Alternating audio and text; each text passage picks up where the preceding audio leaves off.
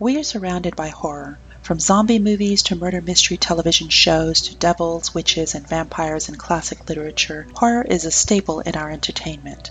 But horror isn't only in entertainment. Horror permeates our daily lives. There are explosions at public events, school shootings, and wars. And on the personal level, there is violence, illness, and madness.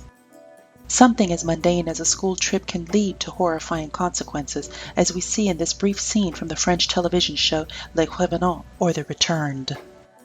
So why should we analyze the rhetoric of horror? Because studying horror can lead to a greater understanding of the human condition. When we study the rhetoric of horror, how a horror text is constructed, for example, we gain a deeper awareness and understanding of the framework of the specific culture from which that horror text comes.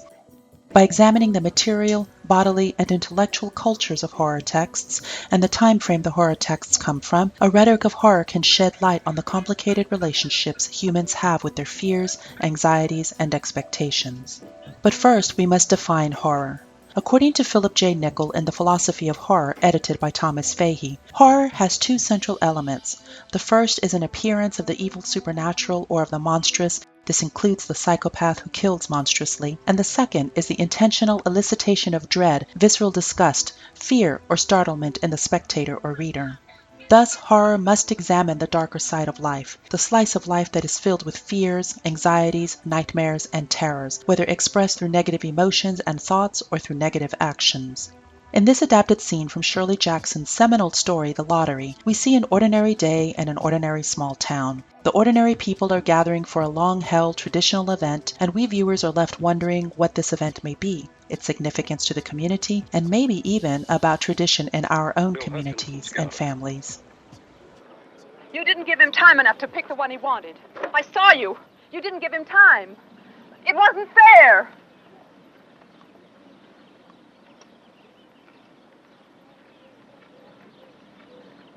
Be a good sport, Tessie. We all took the same chance. Shut up, Tessie.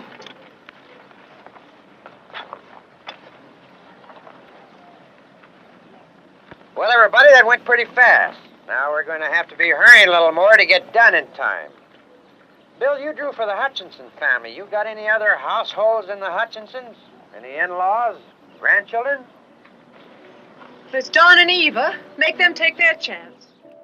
Yet, as we continue reading the story or watching this video adaptation, a sense of unease drapes over us because we realize that this ordinary village is about to experience something extraordinary, and not necessarily in a good way. Tessie?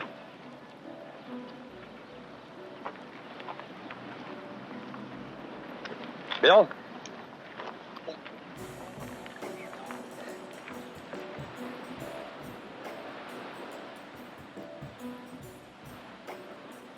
Horror isn't limited to stories, movies, music videos, songs, or books, essentially the stuff of literature and art. Horror exists in our daily, quotidian lives, from a loved one dying of AIDS or cancer and the disease's physical markings on the body, to the overwhelming sensations of loss of control or of being somehow incomplete. Each of us can and will continue to experience horror. Although some critics find horror to be reductive, even exploitative, horror is much more.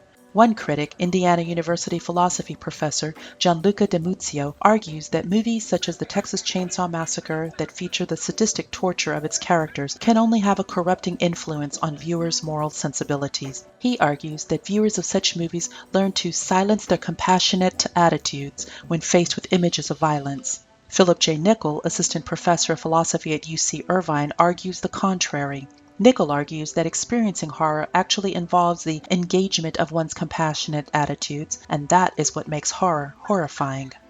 Furthering this line of argument, Nichol states that when our compassionate attitudes are so engaged, we then strengthen our sense of morality, compassion, and empathy. Not being able to readily rid such images out of one's head is a sign of becoming sensitized to others' emotions and states of being. As Nichol states, these experiences are not desensitized reactions, they are instead morally engaged reactions. By learning to analyze the rhetoric of horror, we can unpack the construction of such horror in order to further determine the underlying assumptions of a given community. Doing so would actually necessitate a multi-pronged approach.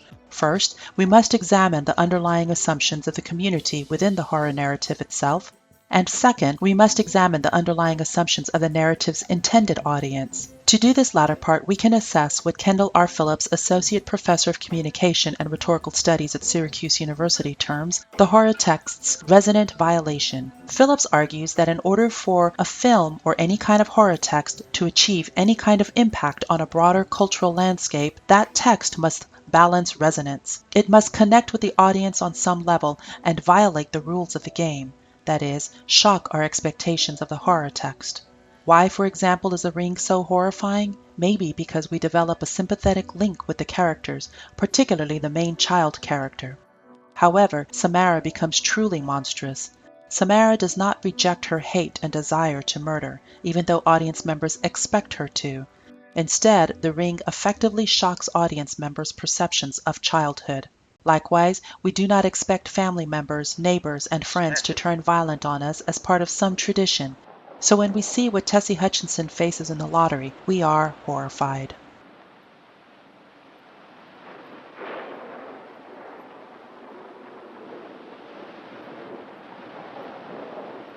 Show us her paper, Bill. Audience is of importance when analyzing a horror text, just like with any other kind of text.